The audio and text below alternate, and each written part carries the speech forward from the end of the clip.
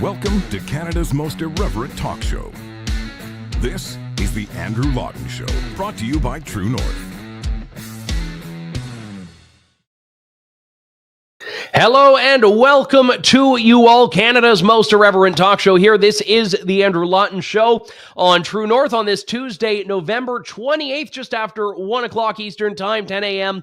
Pacific Time. That makes it 11 a.m. Mountain Time and noon Central Time. I feel like I have to do them all now. So 2 o'clock Atlantic, and for you crazy Newfoundlanders with the half-hour time zone, hope you are enjoying 2:30 p.m. But I think Labrador is on Atlantic time, right? Labrador is they're very time zone supremacists with the rest of Newfoundland. But it is good to have you aboard the program here. We are going to be speaking in a little bit about the National Citizens Inquiry, a body that was quite monumental in Canada in terms of its size and scope. And this NCI has just released today its final report, which came out, I think it was about 11:30 this morning. And I thought, oh, well, maybe I can take a quick skim through it before I go on air. And then I opened it up and it was let me get the right answer here, 5,324 pages. Now, I can read pretty quickly, but I won't tell you I've read the entire report. I did read the preamble. I read through many of the recommendations, and I have some preliminary thoughts on the final report, which I'll share very shortly.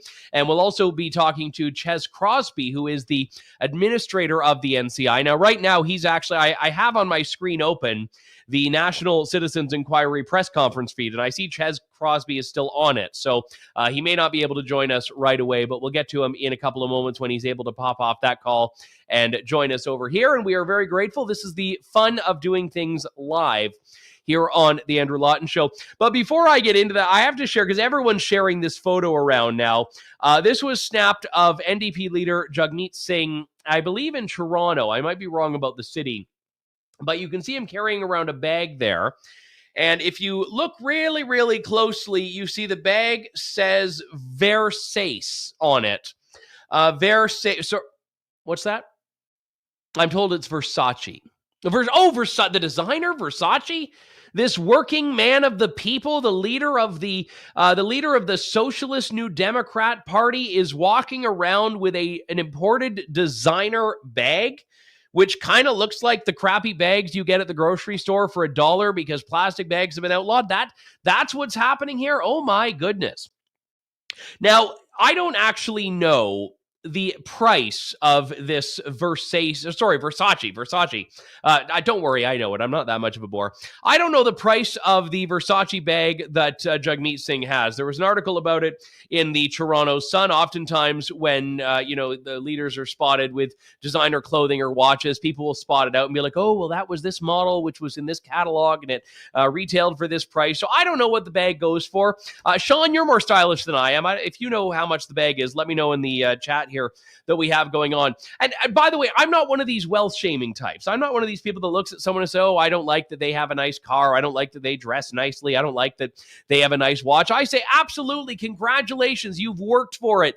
You've earned it. I mean, in the case of Jagmeet Singh, well, you bought it at least. I don't know if working is the appropriate way of looking at it. But what's interesting here is that he's the guy who is leading this crusade against the so-called rich. The rich need to pay their fair share. No one needs to be a billionaire. It's all about evil profits and all of that stuff. Here we go. Sean to the rescue. Versace tote bags start at around $1,000 and can go up to $2,000. But his is not currently available, so he may have gotten it previously. But that's the price of a Versace tote bag, $1,000 to $2,000. Now, I've got like a nice little laptop bag here, which my wife got me, and I don't think she paid. No, I don't think she paid $1,000 for it. But the thing that I will say about Jagmeet Singh is that if you're going to be the guy leading the crusade against the so-called rich, maybe you just cool it on walking around with all of the designer swag. That seems to be a little bit of free advice that I can give. My gift to you, courtesy of the Andrew Lawton Show. This is a fun one. We'll do all the parties today. Liberal MP Ken Hardy was responding to the news. Now, yesterday on the show, I was talking about that horrific car crash in Niagara Falls last week, which initially was reported as terrorism. And I understand why people thought that. There was an explosion. It took place at a border crossing. I understand why people went to that, but it ended up just being a tragedy that we don't quite understand the motivation behind. Nevertheless, it is always important, as I said, to not let your politics get in the way of a narrative, or to not let a narrative get in the way of your politics. No, to not let either get in the way of either. But you should not let yourself politicize tragedy. That's the point that I've made. And when people get into trouble is when they start assuming that something is going on and they want to believe it. They want to say it's true, but it's really not. And they try to shoehorn it into their narrative. Well, this is a bit of a setup to what's happened in Winnipeg. Now, I don't know the details of it. I don't know Winnipeg all that well, but there was a very tragic shooting that took place that claimed 4 lives and sent someone to the hospital with serious injuries. Now, police say the victims were known to them. It looks like this is the kind of thing that was probably targeted, but we don't know. Nevertheless, it was a shooting. People died. It was tragic. Why can't we just say that? Well, here's what Liberal MP Ken Hardy said. Beyond troubling to see another mass shooting in Canada, now in Winnipeg, and we've lost so many police officers, might it be the antisocial, burn everything down, far-right attitude we're seeing creeping in from the U.S. and the quote-unquote creep on the Canadian side? Pierre Poilievre? I did like the exaggerated question mark because Ken Hardy in his post on X there is making it a question. I'm not saying it's Pierre Poilievre. I'm just saying it might be Pierre Poilievre. It might be the far right. So I don't know how you draw a line between conservative leader Pierre Poilievre and a shooting in Winnipeg. I'm trying to draw the line. I'm trying. It's like, do you go up and down? Like, that's like a line that would be the most inconvenient expedition in the history of travel and exploration to try to get from Pierre Poilievre to shooting in Winnipeg. But to a Liberal MP so consumed by hatred of the Conservatives, hatred of the right, everything is far right. Everything is Pierre Poilievre's.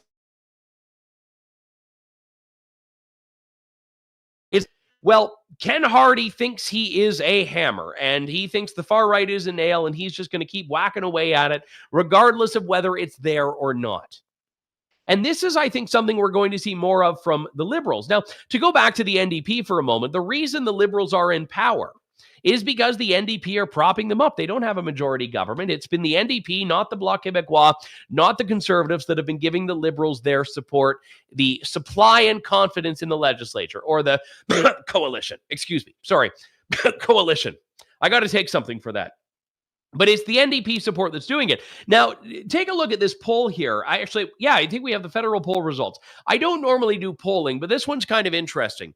The Conservatives have 41%. Now, that's clear-cut majority territory. Liberals in second with 22%, tied with the Liberals at 22%. If the NDP can go just a little bit higher there, we're looking at an NDP that will be like in 2011 in official opposition status, which for the Canadian NDP is pretty much as good as it's going to get. I kind of enjoyed this post from the anonymous House of Commons staffer on X, which I want to share with you. I don't know if they're actually a House of Commons staffer, but that's the name. Stornoway, the official residence of the leader of the official opposition, Jagmeet Singh, this could be yours. You'd have matched Jack Layton. Your legacy will shine. Young socialists will chant your name in reverence. Just pull the plug. Let's dance. Well, Jagmeet Singh loves the dancing. I can actually picture him. If we, put that photo back up for a moment there, Sean, because I can kind of picture if I look over, imagine him just strolling along in front of that house, carrying his Versace bag. He turns right to go into the door, and you just see that slight glint as the sun reflects off his Rolex watch. He turns around and smiles. It's a sullen smile, but a smile nonetheless, because he knows this is as good as it's going to get. You can never hope to achieve better as the NDP right now under Jagmeet Singh than being Canada's official opposition. So you might as well just roll with it. You're not going to win. Just go along, carry on, and we could do it. But as we've heard time and time again, in fact, the NDP are bending over backwards to let the Liberals violate one of the only things they had to do to win the support and confidence, the supply and confidence from the NDP, which was deliver a pharmacare bill by the end of 2023. So even that they aren't going to do. So, well, with that out of the way, I want to talk about this report from the National Citizens Inquiry. Now, I want to say a couple of things up front on this. We were often criticized at True North for not covering the NCI enough. We certainly reported on it. We covered it. I played clips from some of the hearings, but we didn't sit there in the meetings. We didn't travel across the country and attend the various hearings. And there were two reasons for this. If I speak just from my own perspective on the Andrew Lawton Show, one is that it's a resource issue. This was a long-running project. It was a project that took place in multiple cities across the country. And it was also a project that was available online. So a lot of the people that were really interested were watching it directly and didn't need the intermediary of the news. So that's part of it. The bigger reason, I think, is the following. Why the NCI was important, why the National Citizens Inquiry mattered to me, was that it was giving a voice to people who, in the official discourse, didn't have a voice and hadn't been listened to and had been ignored by the media, by governments, by the establishment. I viewed True North as being outside of that. We had given these people voices. We had spoken to these people. These were a lot of the experts we had listened to. So by the time the NCI hearings came around, a lot of the people who were speaking were folks who had already been on this show, who had already been written about in True North. And it's not to say that there wasn't value in what they had to share. It was that for us, it wasn't groundbreaking because we had been there and we had been covering all these things. I mean, I literally wrote the book about the Freedom Convoy, which was a response to a lot of these very COVID measures. So at the same time, I think it also is important. And I think that it's impressive what they've pulled off here, because this was not an inexpensive undertaking. They had to bring in a lot of money to do this. They had staff, they had legal counsel, they had commissioners, people that have very impressive resumes, and they've worked for the better part of 9-10 months, from hearings to inquiry to writing to now publication, to publish this report, which came out this morning and has, as I mentioned, 5,234 pages, I think? Yeah. No, sorry, 5,324. 5,324 pages. That's how many pages there are in this. A lot of that is transcript from testimony, but even so, no one can say this is not thorough and meticulously researched. And when you read through it, a lot of the recommendations are things that are tremendously important. Things like the protection of civil liberties, not closing schools. That's a very important one. The presumption of innocence, the rule of law, things that are already supposed to be enshrined in law, but as we saw in practice, really do not have major protections. So that's a big part of what this thing has done. One section here that I'll read, which I think a lot of you will appreciate: churches do not require the permission of governments to open or close. However, when churches decided to respond favorably to the government's call 2 weeks to flatten the curve, those same churches must also have had decision-making authority to reopen when projected COVID death and illness numbers don't come to fruition. And I think that's a very important part of this discussion, is that governments deferred to individual organizations and individual people and their ability to make decisions only when people made decisions that the government wanted. And when people didn't make those decisions voluntarily, that's when the involuntary measures came in. Vaccination was a great example of this. Everyone get vaccinated, get vaccinated. It's available to you. We'll promote it. We'll educate you. We'll run ads. And then when not enough people get it, that's when the mandates come in. That's when the vaccine passports come in. And that's when all these restrictions come in. So basically, you never really had a choice. At the beginning, it was the illusion of choice, which is great for, the people that make that choice and are happy with that choice. But then it becomes no longer that. And that was, I think, one of the most fundamental distinctions here. And when you read through this, there are other measures, like schools should not be closed for periods of time exceeding 1 week in duration. You'll have to excuse me for a moment. I have to cough, and I don't want to blow out your eardrum, so I'm going to mute for a moment. Thank you. I choked on something before the show started, and I think it had been working its way down and then must have started coming back up. But nevertheless, the joys of being live on the air here. So that was the school should not be closed for a period of time exceeding 1 week in duration. That was a very important one. And I will point out that was very similar to what Preston Manning in his Alberta report had ultimately concluded, which was that people should view school closures as an absolute last resort and only for as narrowly a time as possible. Now, they didn't put a time frame on it. The National Citizens Inquiry report did. They put a time frame as 1 week. What else do we have here?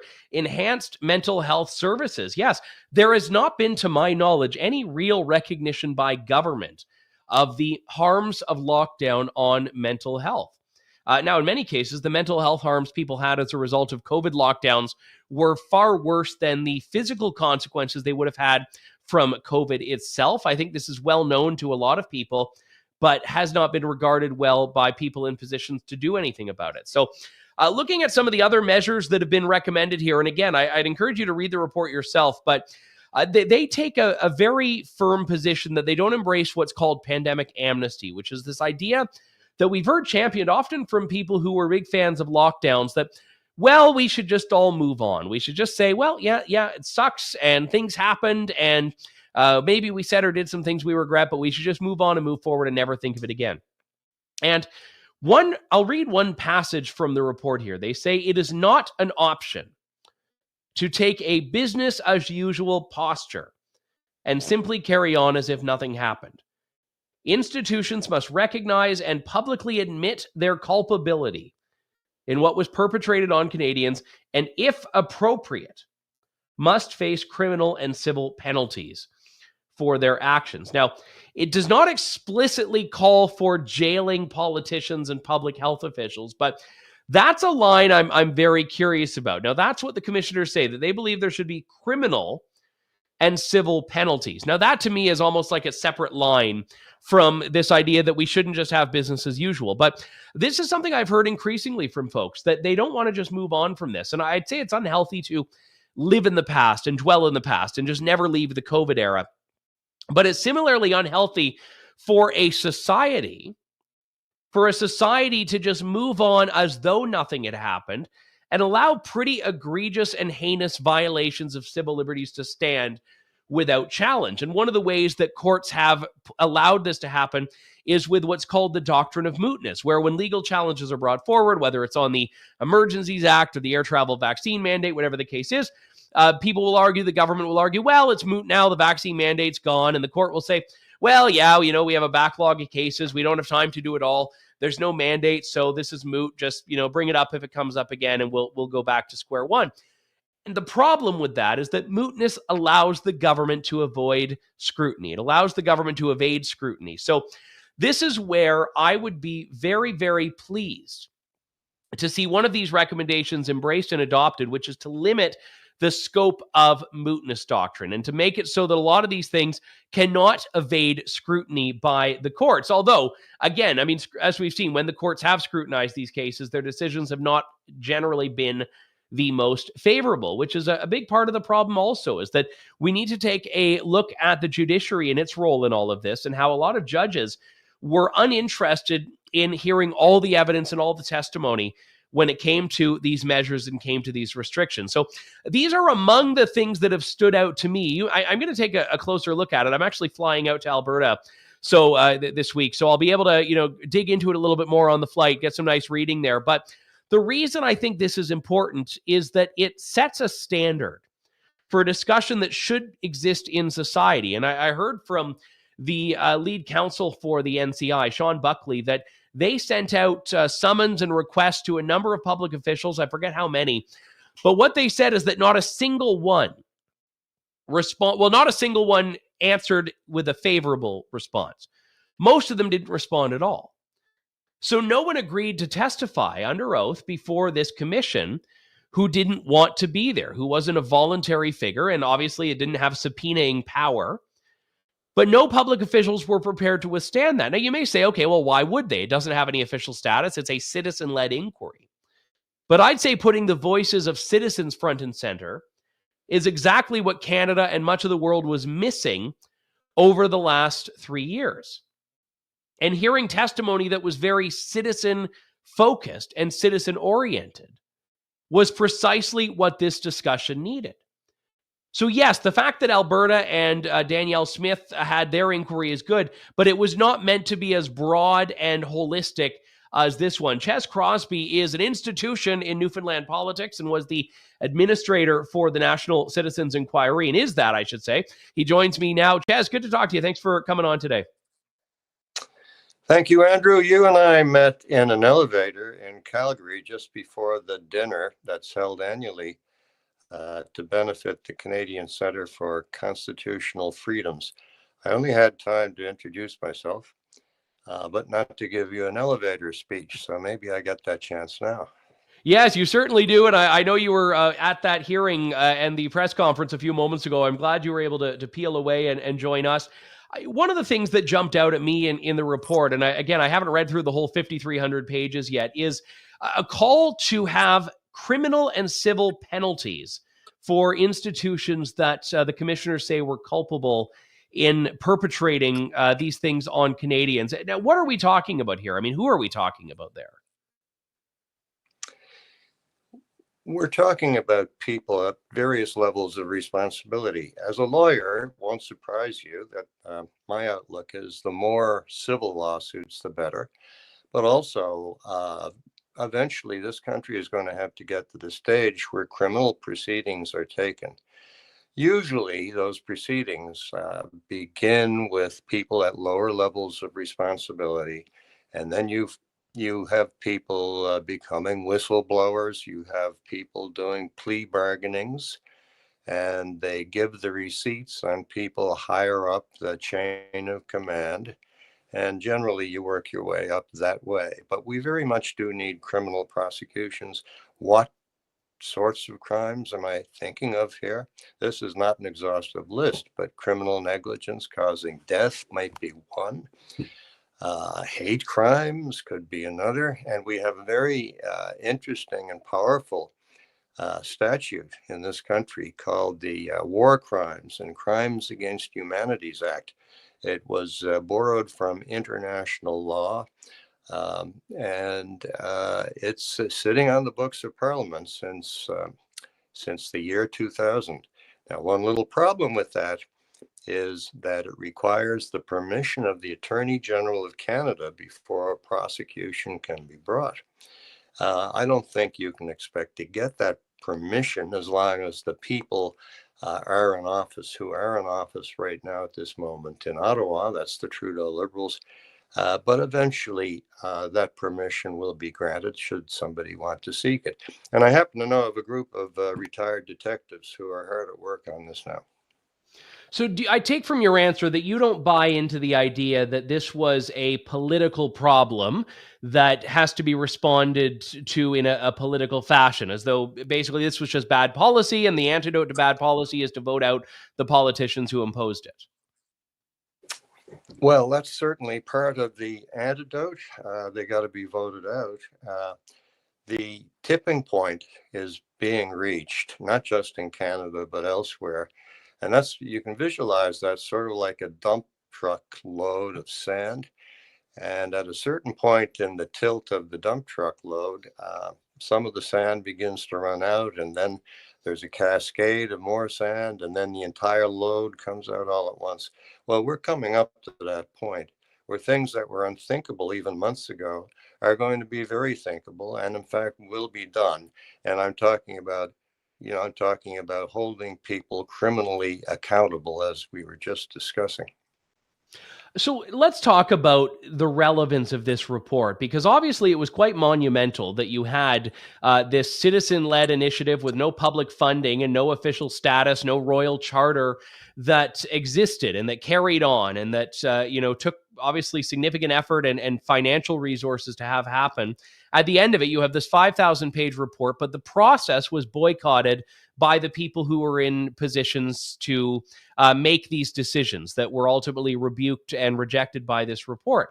I think it stands to reason those people will not acknowledge, or if they do, will not heed the recommendations. So at the risk of sounding kind of glib about this, what's the point of it all? Well, the whole process of accountability always takes time. We've been through a species of madness. to, there are various terms for it. Maybe it's mass hypnosis, maybe it's mass formation, is mass something, mass fear. The commissioners described it as a terror. In other words, the authorities perpetrated a state of fear quite deliberately and knowingly. And you could use the term a psychological operation, a psyops on the civilian population of Canada. It takes a while to get over that and to begin to see life in a realistic way. And you probably agree with me that topics that you couldn't have talked about even 6 months ago in social situations now are no longer taboo. You can speak about them. This will continue to change and change in a proper and right direction. There will be accountability, and without accountability, there can't be reconciliation. And God knows that this country, Canada, needs reconciliation. Well, that was, I mean, whenever we've talked about this in the Indigenous context, we're always told that you need truth before you can have reconciliation, hence the name of the Truth and Reconciliation Commission. And in this context, you can't have an honest discussion about what happened without dealing with the facts. And even still, some of the basic fundamental facts are in dispute by some of the so-called experts on whom the government relied and a lot of the other experts that the government rejected. And, you know, I've often had this challenge as a journalist. You know, how can I sort of adjudicate between two people wearing lab coats with letters after their names? But I think the government was very quick to shut down anyone with a heterodox view. And that's part of the reason we got into these problems. And they really just entrenched that the longer this went on, rather than having any basic semblance of humility. Well, there's a famous doctor, Dr. Peter McCullough, who you're probably familiar with, and he writes a Substack. He calls it Courageous Discourse. And I like that term because there are two things that all of us need. We need courage, but we also need the ability to engage in discourse and to learn from people with different viewpoints.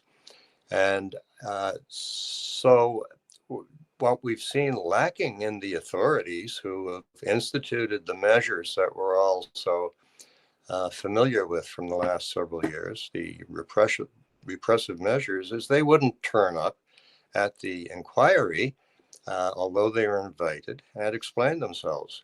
What are they afraid of?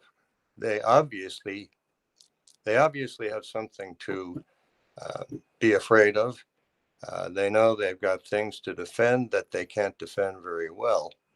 And they're not willing to engage in discourse. And as long as people aren't willing to engage in discourse, and I'd actually include criminal proceedings as a form of discourse as well, then we're going to have problems and we're not going to have reconciliation.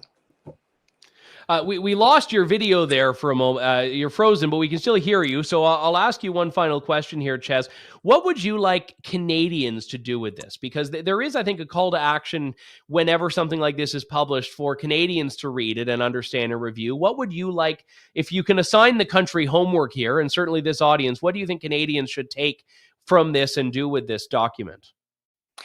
Well, thanks, Andrew. I think that people should have a look at it. They should turn it over in their minds. There are going to be a spectrum of people, some who, accept everything that's being said and are totally on the same page with the commissioners. There will be some who are somewhere in between, and there are others who will be more resistant. Just have a look at three. Oh, I feel we've lost the audio here. You cut out there, Ches. You seem to be moving again. If you can try speaking, I think we have you back.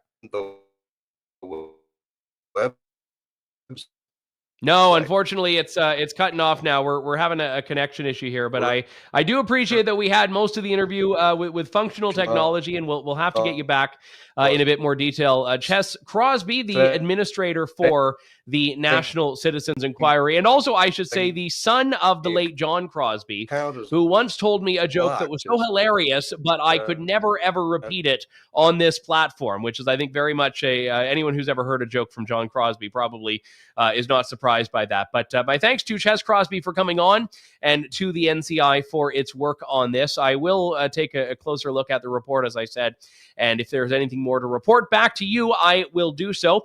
That does it for me for today. We will be back tomorrow with more of Canada's most irreverent talk show here on True North. Thank you, God bless, and good day to you all.